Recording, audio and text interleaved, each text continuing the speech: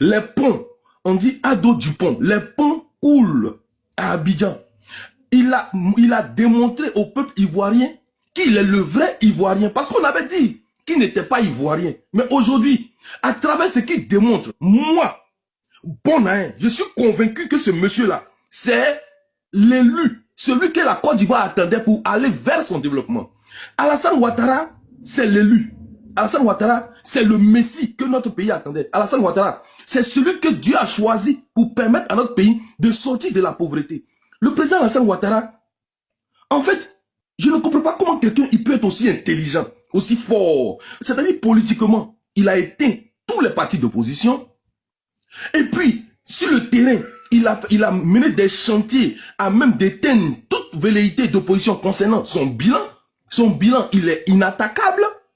Mais, en plus de cela, physiquement, il a damé le pion, même à ceux qui sont moins âgés que lui. Il est plus âgé que certains sur la scène politique, mais il a démontré dans son meeting.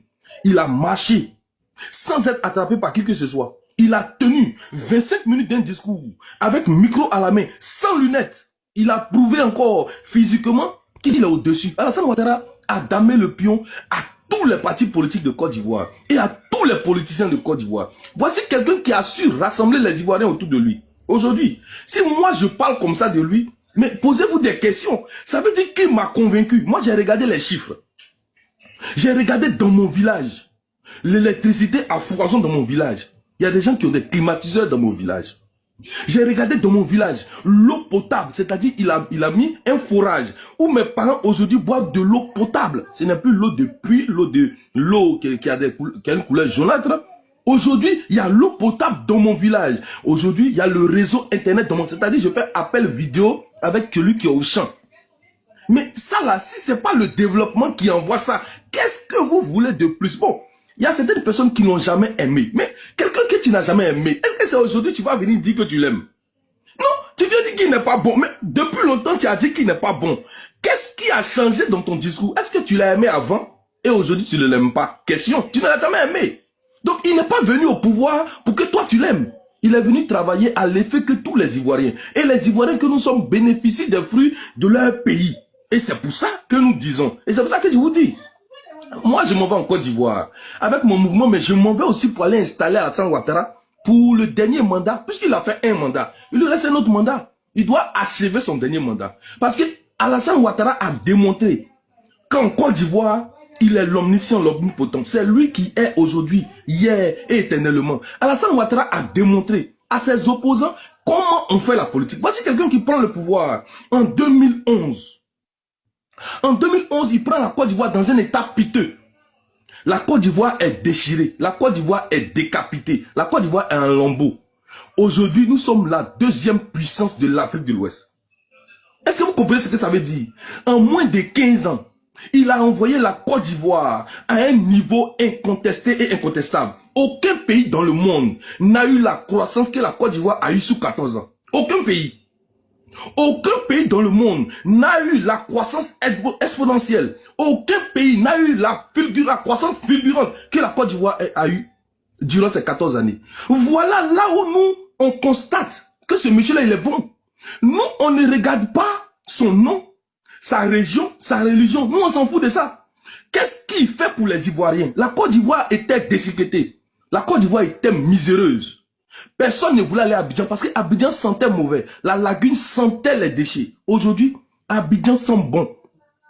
Nous félicitons un bâtisseur. C'est tout. Nous, on félicite le bâtisseur, celui qui a permis à notre pays. Parce que la Côte d'Ivoire m'a vu naître. La Côte d'Ivoire m'a vu grandir. J'ai traversé toutes les crises avec ce pays-là. Mais aujourd'hui, 14 ans, aucune crise majeure dans le pays. C'est ça que nous félicitons. 14 ans, sécurité garantie pour mes enfants qui sont à l'école, tranquillement, en aller comme en retour. Il n'y a pas de coup d'État, il n'y a pas de coup-feu, le pays n'est pas divisé, même un morceau de la Côte d'Ivoire. La Côte d'Ivoire, c'est 322 462 km². Mais la Côte d'Ivoire n'a perdu aucun kilomètre carré sous la gouvernance de Alassane Ouattara. Quelqu'un qu'on dit qu'il n'est pas ivoirien, ça doit vous donner à réfléchir. Prenez des paracétamol. Alassane Ouattara, à sa prise de pouvoir, l'armée était divisée. Aujourd'hui, l'armée est réunifiée. Il n'y a pas de velléité, de tentative de coup d'État dans l'armée. C'est une armée républicaine qui défend les frontières de notre pays. Voilà ce que nous on soutient. Nous on soutient un bâtisseur fin. Nous on soutient quelqu'un qui a permis à la Côte d'Ivoire de sortir du gouffre. C'est tout. Aujourd'hui, nous sommes fiers de dire aux Ivoiriens que chacun peut rentrer dans son pays sans problème. Aujourd'hui, les Blancs, ils sont fatigués de nous. On a vu le Bruno Retailleau, le ministre de l'Intérieur français, c'est lui, aujourd'hui, il est en train de mener des actions pour arrêter nos frères en Europe, tout ça. Bon, tout le monde peut rentrer dans son pays, parce que la Côte d'Ivoire a un chantier. Celui qui va en Côte d'Ivoire, même s'il lave le caillou, qu'il le met en vente, ça va marcher, il va devenir milliardaire. Donc, rentrez en Côte d'Ivoire, rentrez, je vous invite à rentrer dans votre pays pour aller travailler. Laissez l'opposition, il n'y a rien dedans. Il n'y a rien dedans. Allez-y travailler. Si vous êtes opposé à lui, présentez des candidats, présentez un projet de société, un programme de gouvernement aux Ivoiriens, allez faire que ces gens-là vous élisent, c'est tout. Parce que vous ne pourrez pas enlever Alassane Ouattara par la force. Et ça, il a déjà démontré. Vous n'êtes pas assez fort pour l'enlever par la force. Donc, il faille que peut-être, bon, je pense que la fenêtre est fermée, puisque Alassane Ouattara, même s'il est candidat en 2025, il va gagner les élections et après, je pense qu'il va se retirer. Donc, on doit penser maintenant à 2030. Alassane Ouattara, le RADP a déjà gagné. Ça, c'est une information que je vous donne. Et je vous l'avais dit il y a de cela 2 ans, 1 an et demi, lorsqu'on était sur le palais. Je vous ai dit, le combat que vous menez, il est vain. Ce combat n'ira nulle part. Je vous avais dit, Laurent Gbagbo ne serait pas candidat. Mais quand je vous le disais, la frustration, la haine, vous faites la politique avec le sensationnalisme, vous faites la politique avec les sentiments, vous faites la politique avec le cœur. La politique, on ne fait pas avec le cœur. La politique, on fait avec la tête. C'est avec le cerveau qu'on fait la politique. Mais vous faites la politique avec les émotions. C'est pour ça que, jusqu'à présent, Laurent Gbagbo n'est pas sur la liste électorale et Laurent Gbagbo ne sera pas candidat. Voilà, ça c'est une information que je vous donne. Et je vous l'ai donné depuis longtemps. Comment un politicien qui est sérieux, qui a toutes ses facultés et qui a étudié la généalogie politique, qui étudie les stratégies politiques, peut penser un seul instant que Laurent Gbagbo sera encore candidat en Côte d'Ivoire. Mais c'est une hérésie totale. Ceux qui le pensent, mais c'est une hérésie totale.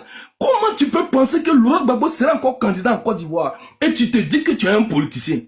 C'est du foutage de gueule. Comment tu peux penser ça encore en 2025? Laurent Gbagbo ne sera pas candidat et Laurent Gbagbo ne sera plus jamais candidat en Côte d'Ivoire. Ça, c'est facile à, ça c'est facile à regarder. C'est comme si tu regardes dans un verre d'eau. Tu vois tout.